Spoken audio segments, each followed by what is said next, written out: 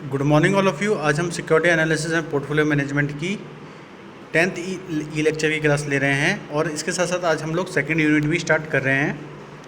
जो हमारी second unit है वो security market in India and valuation of securities से रिलेटेड है। इसके अंदर जो हम आज 10th लेक्चर पढ़ेंगे वो है कि आज पहले हम समझ लेते हैं इंडियन फाइनेंशियल मार्केट का इंट्रोडक्शन। तो जो हमारा सबसे पहला टॉपिक है वो है सिक्योरिटीज़। सिक्योरिटीज़ क्या होती हैं? The term security is a fungible, negotiable financial instrument that holds some type of monetary value. Security क्या है? एक फंजिबल है और एक नेगोशिएबल फाइनेंशियल इंस्ट्रूमेंट है जो कि एक मॉनेटरी वैल्यू को होल्ड करके रखती है। It represents an ownership position in a publicity traded corporation via stock a creditor relationship with a governmental body और a corporation represented by the owing that entity bonds or right to ownership as a represented by an option। ये represent करती है ownership की position को public trade corporation के अंदर, साथ साथ स्टॉक को, और जो भी क्रेडिटर रिलेशन होते हैं किसके थ्रू, जो गवर्नमेंट बॉडी और कॉरपोरेशन होते हैं उनके थ्रू, और ये रिप्रेजेंट करती है एंटिटी बॉन्ड की, और साथ साथ ये जो राइट्स होते हैं ऑनरशिप के उनको भी रिप्रेजेंट करती है एक ऑप्शन के थ्रू। Securities are investments traded on a secondary market. जो सिक्योरिटीज़ हैं, जो सिक्योरिटीज़ के रिगार्डिंग जो भी इन्वेस्टमेंट होते हैं वो सेकेंडरी मार्केट के अंदर ट्रेडेड किए जाते हैं। और ये जो सिक्योरिटीज़ होती है ये ब्रॉडली 3 टाइप्स की होती हैं: इक्विटीज़, बॉन्ड और derivatives. Securities allowed to own the underlying asset without taking possession. For this reason, security are readily traded. The liquidity means they are easy to price. That makes them excellent indicators of the underlying value of the asset. Traders must be licensed to buy and sell securities. Securities होती हैं जो allow करती है underlying assets को किसी भी तरीके के पोजीशन से को टेक करने के रिगार्डिंग, और जो भी रीज़न होता है सिक्योरिटी को ट्रेड करने के लिए, तो जो लिक्विडिटी होती है वो बहुत इजी होती है उसकी प्राइस देने के लिए। अगर कोई सिक्योरिटी लिक्विडिटी में है तो उसको प्राइस देना बहुत इजी होता है, जो कि एक एक्सीलेंट इंडिकेटर है किसी अंडरलाइंग वैल्यू किसी एसेट्स की डिसाइड करने के लिए। और ट्रेडर्स जो होते हैं वो लाइसेंस्ड होते हैं कि वो इन सिक्योरिटीज़ को बाई और सेल कर सकें। जो पहली हमारी सिक्योरिटी है वो है equity securities. Equity security are ownership share of the corporation. You can buy stocks of a company through a broker. You can also purchase shares of a mutual fund that selects that stocks for you. The secondary market for equity that is in the stock market. It includes the New York Stock Exchange, the NASDAQ and BETS. जो equity securities होती हैं वो corporation के ownership shares होते हैं। इनको इन stocks को हम बाई करते हैं कंपनी के थ्रू, जो कि कोई ब्रोकर हमें करके देता है, और इसमें हम जो शेयर्स हैं उनको परचेस करते हैं म्यूचुअल फंड के रिगार्डिंग, और इनको सेलेक्ट करते हैं स्टॉक में से। जो सेकेंडरी मार्केट है इक्विटी डेरिवेटिव के, है ना, वो स्टॉक मार्केट से ड्राइव होते हैं, और इसके अंदर जैसे कि न्यूयॉर्क स्टॉक एक्सचेंज और बेट्स, इसके अंदर जो स्टॉक एक्सचेंज है उसके अंदर इन सिक्योरिटीज़ को बाई और सेल किया जाता है। The initial public offering in when companies sell stock for the first time. Investment banks like Goldman सेल्स और Morgan Stanley sell this directly to qualified buyers. जो इनिशियल पब्लिक ऑफरिंग होती है वो कंपनी को डायरेक्टली फर्स्ट टाइम सेल करने का होता है स्टॉक को, और जो इन्वेस्टमेंट बैंक्स हैं जैसे कि गोल्डमैन सैक्स और मॉर्गन स्टैनली, ये सेल करते हैं डायरेक्टली क्वालिफाइड बायर्स को। IPO means initial public offering are an expensive investment option. This company sell them in a bulk quantities. Once they hit the stock market, their price typically goes up, but you cannot cash in until a certain amount of time has passed. But then the stock price might have fallen below the initial offering. जो initial public offering है वो एक expensive investment option है। जो companies होती है वो cell करती है इनको बल्क क्वांटिटीज़ के अंदर, और जब ये स्टॉक मार्केट के अंदर हिट कर देती हैं तो इनकी जो प्राइसेस हैं वो बहुत ज़्यादा ऊपर चली जाती हैं, मींस गोज़ अप हो जाती हैं। और जो इसके रिगार्डिंग जो भी कैश है वो अनटिल किसी सर्टेन अमाउंट में किसी टाइम के थ्रू पास होता है, और जो भी स्टॉक प्राइस है वो धीरे धीरे क्या होने लगती है, कम होने लगती है, जो कि इनिशियल ऑफरिंग में हमें दी जाती है। अब इक्विटी शेयर्स के अंदर कौन कौन से हम शेयर्स को डिफाइन करते हैं वो शेयर्स और पढ़ लेते हैं हम लोग। Share capital means the amount that a company receive towards share capital from the issue of shares both equity and preference share. The company divides it's capital into units of smaller denomination all each such unit a share. जो share capital है उसका मतलब क्या है कि ये company के द्वारा रिसीव किए गए शेयर कैपिटल को का अमाउंट है जो कि किसी शेयर को इशू करने से हमें मिलती है। अब वो जो शेयर है वो इक्विटी भी हो सकते हैं और प्रेफरेंस शेयर भी होते हैं। जो कंपनी है वो इन कैपिटल को यूनिट्स के अंदर डिवाइड करती है उनके स्मॉलर डिनोमिनेशन के रिगार्डिंग कि उस शेयर की ईच यूनिट की क्या वैल्यू है। Section 43 of the Company Act 2030 prescribe that share capital of a company broadly can be of two types, preference share and equity share, or third one is preference share. Section 43B of the Companies Act 2013. Those shares which carry preferential rights are preference share. Following are the preferential rights of the preference share.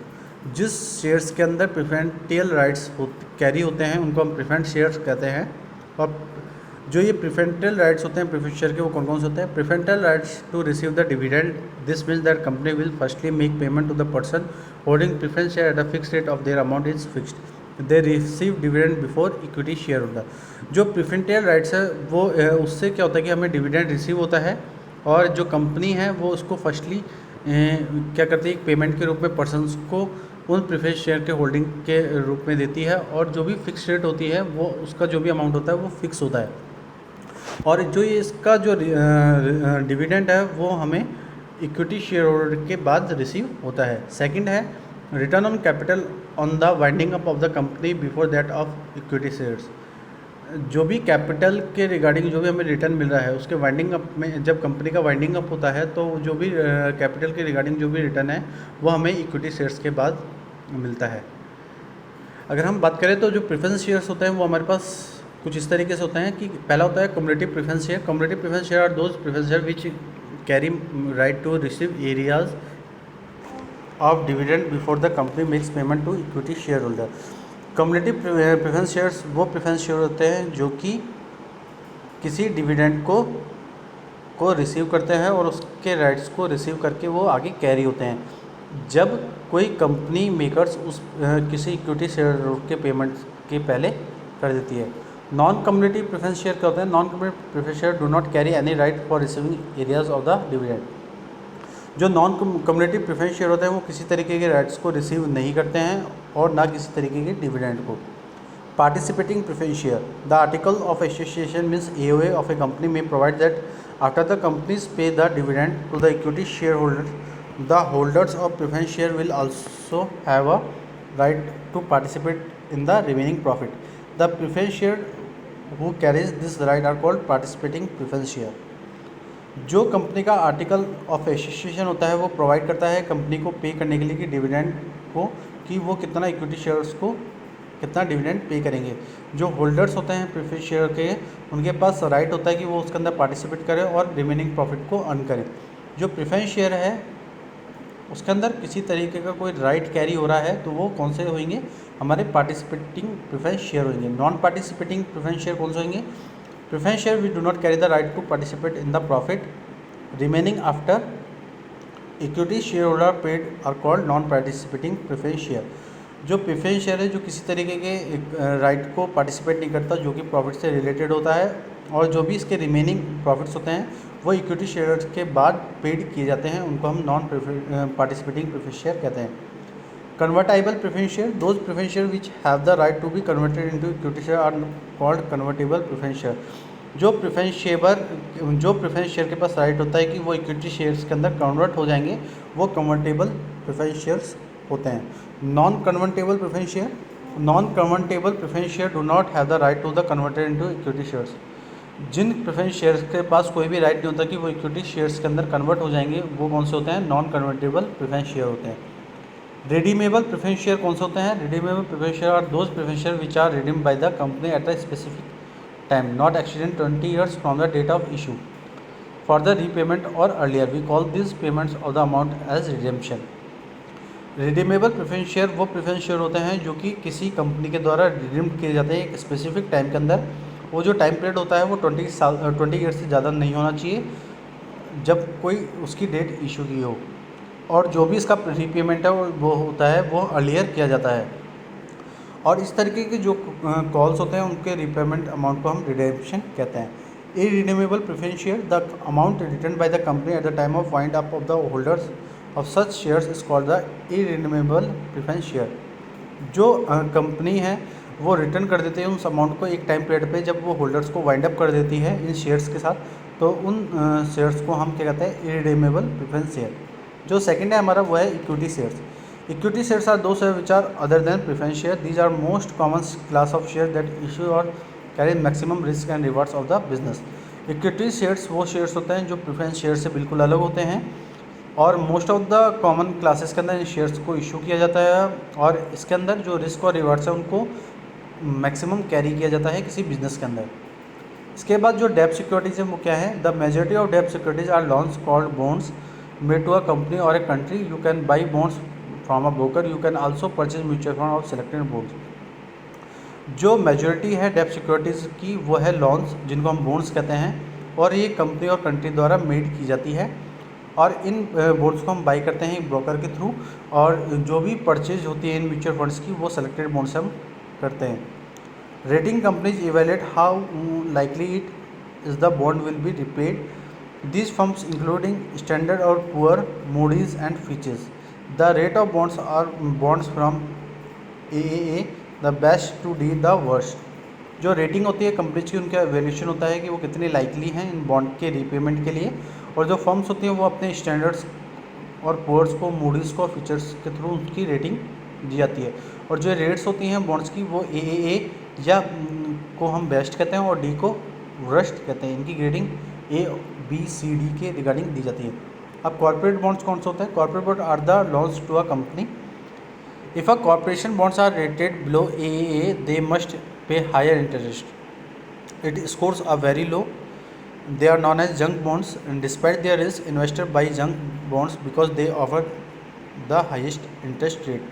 जो corporate bonds होते हैं ये company के loans होते हैं, और ये corporation bonds की अगर कोई रेटेड है वो AAA से बिलो है तो उसके अंदर जो पे होगी वो हायर इंटरेस्ट हमें पे करनी होगी।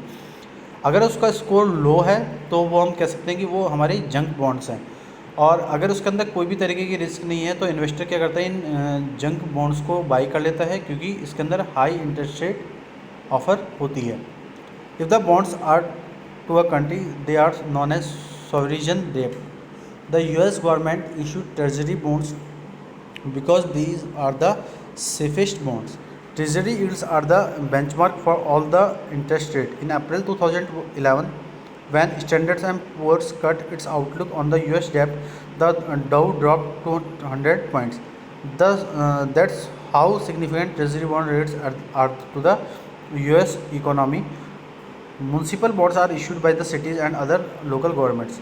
ये जो बॉन्ड्स होते हैं ये किसी कंट्री के द्वारा किए जाते हैं, और इनको हम सॉवरेन डेब्ट भी कहते हैं। जो US गवर्नमेंट है वो इशू करती है ट्रेजरी बॉन्ड्स को, क्योंकि ये एक सेफेस्ट बॉन्ड्स होते हैं।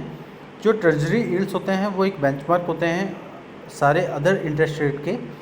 अगर हम देखें तो अप्रैल 2000 के अंदर जो स्टैंडर्ड और पोर्स थे उन्होंने एक आउटलुक दिया था US डेब्ट के रिगार्डिंग, जिससे कि जो डाउ थे वो ड्रॉप हो गए थे 200 पॉइंट्स के। जो सिग्निफिकेंट ट्रेजरी बॉन्ड्स थे उनकी रेट्स थी जो US इकोनॉमी के अंदर वो होने लगी, और जो भी म्यूनसिपल बॉन्ड्स होते हैं वो किसी सिटी या अदर लोकल गवर्नमेंट्स के द्वारा इशू किए जाते हैं। इसके बाद है हमारे derivative securities. This complex securities are based on the value of underlying stock, bonds और other assets. They allow traders to get higher return for a lower investment than buying the assets itself, but the leverage makes them very risky. जो derivative securities होती हैं वो बहुत complex security होती है जो base होती हैं किसी अंडरलाइंग स्टॉक्स की वैल्यू या बॉन्ड्स की वैल्यू या कोई एसेट्स की वैल्यू पे। ये अलाउ करती हैं ट्रेडर्स को कि वो हायर रिटर्न किसी लोअर इन्वेस्टमेंट्स के थ्रू ले सकें और उनको बाई कर सकें, और एसेट्स को बाई करके ये हायर रिटर्न उन लोअर इन्वेस्टमेंट से गेन कर सकें। जो इनकी लिवरेज होती है वो बहुत ज़्यादा रिस्की होती है इन सिक्योरिटी डेरिवेटिव्स की। इसके अंदर जो डेरिवेटिव सिक्योरिटीज़ होती हैं वो कुछ इस तरीके से होती हैं। पहले होती है stock option, Stock option allows you to trade stock without buying there upfront. From a small fee, you can purchase a call option to buy the stock at a specific date at a certain price. If the stock price goes up, you exercise your option and buy the stock at your lower negotiated price. You can either hold it into it or immediately resell it for the higher actual price. अगर stock option की बात करें तो stock option हमें allow करता है trade stock के अंदर कि हम किसी भी तरीके की स्टॉक को हम बाई किए बिना उसमें आगे अप फ्रंट हो सकते हैं। उसके अंदर एक स्मॉल फ़ी हमें पे करनी होती है जो कि हम किसी कॉल ऑप्शन को परचेज़ करके उस स्टॉक को बाई कर सकते हैं किसी स्पेसिफिक डेट पे एक सर्टेन प्राइस के अंदर। जो स्टॉक प्राइस है अगर वो अप हो रही है तो उसके एक्सरसाइज के बिहाफ में हम कुछ ऑप्शंस देते हैं और उसके बिहाफ पे हम स्टॉक को परचेज बाई करते हैं लोअर नेगोशिएटेड प्राइस के अंदर और उनको या तो हम बाई कर लेते हैं या उसको कुछ टाइम के लिए होल्ड करके रखते हैं कि उसको हम बाद में रीसेल कर सकें और उसकी हायर एक्चुअल प्राइस से ज़्यादा उसकी ले सकें। A put option gives you the right to sell the stock on a certain date at an agreed upon price. If the stock price is lower that day, you buy it and makes a profit by selling it at the agreed upon higher price. If the stock price is higher, you don't exercise the option. It only cost you the fee for the option. अगर हम put option की बात करें तो ये हमें right देता है कि हम स्टॉक को सेल करें एक सर्टेन डेट पर और जो भी हमने एग्रीड प्राइस हमने दी है उसके ऊपर, और जो स्टॉक प्राइस होती है अगर वो धीरे धीरे डे बाय डे कम हो रही है तो हम उसको बाई कर लेते हैं और उसको सेल करके हम उससे प्रॉफिट कमा सकते हैं उसकी हायर प्राइस पे। और जो भी स्टॉक प्राइस है अगर वो हायर हो रही हैं तो उसके अंदर किसी भी ऑप्शन को हम एक्सरसाइज नहीं करते हैं और जो भी इनकी कॉस्ट होती है वो उसके ऑप्शन की फ़ीस पे डिपेंड करती है। इसके बाद हम पढ़ रहे हैं future contracts. Future contract are derivative based primarily on commodities also they can also include other assets. The most common are oil currencies and agriculture products. Like option, you pay a small fee called a margin. It gives you the right to buy or sell the commodities for an agreed upon price in the future. Future are the most dangerous than option because you must exercise them. You are entering into an actual contract that you have to fulfill. जो future contracts होते हैं ये derivative पे base होते हैं। प्रिमिनरली ये commodities या किसी एसेट्स को इंक्लूड करते हैं। जो मोस्ट कॉमन कमोडिटीज़ हैं वो ऑयल हो सकती हैं, करेंसीज हो सकती हैं, एग्रीकल्चर प्रोडक्ट्स हो सकते हैं। ऑप्शंस की तरह इसके अंदर भी एक स्मॉल फ़ी पे करनी होती है जिसको हम मार्जिन कहते हैं और इससे हमें ये राइट मिलता है कि हम किसी भी कमोडिटी को बाई और सेल करें किसी उसकी एग्रीड अपॉन प्राइस पे फ्यूचर के अंदर। फ्यूचर के अंदर ये बहुत डेंजरस हो जाता है ऑप्शंस के बिहाफ पे और इसके अंदर कुछ एक्सरसाइज हमें करनी होती है और इसके अंदर एंटर होते ही हमें जो एक्चुअल कॉन्ट्रैक्ट है उसको फुलफ़िल करना होता है। इसके बाद हम पढ़ रहे हैं asset backed securities are derivatives whose value are based on the returns from the bundles of underlying asset usually bonds. The most well known are the mortgage backed security which help create the sub prime mortgage crisis. Less familiar in assets-backed commercial paper, it is a bundle of corporate loans backed by the assets such as commercial real estate or autos. Collateralized debt obligation take these securities and divide them into tranches or slices with a similar risk. अगर हम asset backed securities की बात करें तो ये derivatives होता है जो कि किसी वैल्यू पे बेस होता है कि रिटर्न के ऊपर जो कि उसके अंडरलाइन एसेट्स के बंडल को बताता है जो कि यूजुअली बॉन्ड्स होते हैं।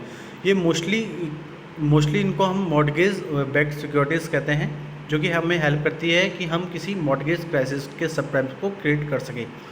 ये लेस फेमिलियर होती हैं एसेट बैक्ड कमर्शियल पेपर्स और इनका जो भी बंडल होता है किसी कॉर्पोरेट लॉन्स का उनको हम एसेट्स के रिगार्डिंग किसी कॉमर्शियल रियल एस्टेट या ऑटोज़ के अंदर बैक कर देते हैं। जो कोलेटरलाइज्ड डेब्ट ऑब्लिगेशन होते हैं वो सिक्योरिटीज़ के उनको डिवाइड कर देते हैं हम उनके ट्रांसेज स्लाइसेज या सिमिलर रिस्क के अंदर। Occasion rate securities where derivatives whose value were determined by the weekly, occasion or corporate bonds, they no longer exist. Investor thought the returns were as safe as the underlying bonds. The security return were set according to weekly or monthly occasions run by the broker dealers. It was a shallow market, meaning not many investors participated. That made the security riskier than the bonds themselves. The occasion rate security market falls in 2008 that left many investors holding the bag. जो occasion rate securities होती हैं वो derivatives होती हैं जिनकी value हम determine करते हैं वीकली ओकेशन उनके कॉर्पोरेट बॉन्ड से। ये ज़्यादा लॉन्गर एग्जिट्स नहीं होती, तो इसलिए जो इन्वेस्टर होते हैं वो जो भी रिटर्न इनसे होते हैं उनको सेफ ले लेते हैं उनके अंडरलाइंग बॉन्ड से। जो सिक्योरिटीज़ होती हैं रिटर्न की उनको सेट किया जाता है वीकली और मंथली ओकेशन के बेस पे, जो कि ब्रोकर और डीलर्स उनको करते हैं। ये एक तरीके की शैलो मार्केट्स होते हैं जिनकी मीनिंग ये होती है कि उसके अंदर कोई भी इन्वेस्टर पार्टिसिपेट करे, और जो भी सिक्योरिटीज़ जो मेड की जाती है वो रिस्कियर होती है और उनको बॉन्ड से मैच किया जाता है। और जो भी ओकेशन होती है रेट्स की सिक्योरिटीज़ मार्केट की उनको फ्रॉज किया जाता है। 2008 के अंदर किया गया था, उनको फ्रॉज किया गया था। और जो भी इन्वेस्टर था उनकी जो भी बैक्स थे उनको होल्ड कर दिया गया था जब ये ओकेशन रेट सिक्योरिटीज़ को मार्केट के अंदर 2008 के अंदर लाया गया था। तो आज के लेक्चर के अंदर हमने इंडियन सिक्योरिटी मार्केट क्या है हमारे, उनके बारे में हमने गो थ्रू किया। तो आज के लेक्चर के अंदर इतना ही। Thank you so much and have a nice day.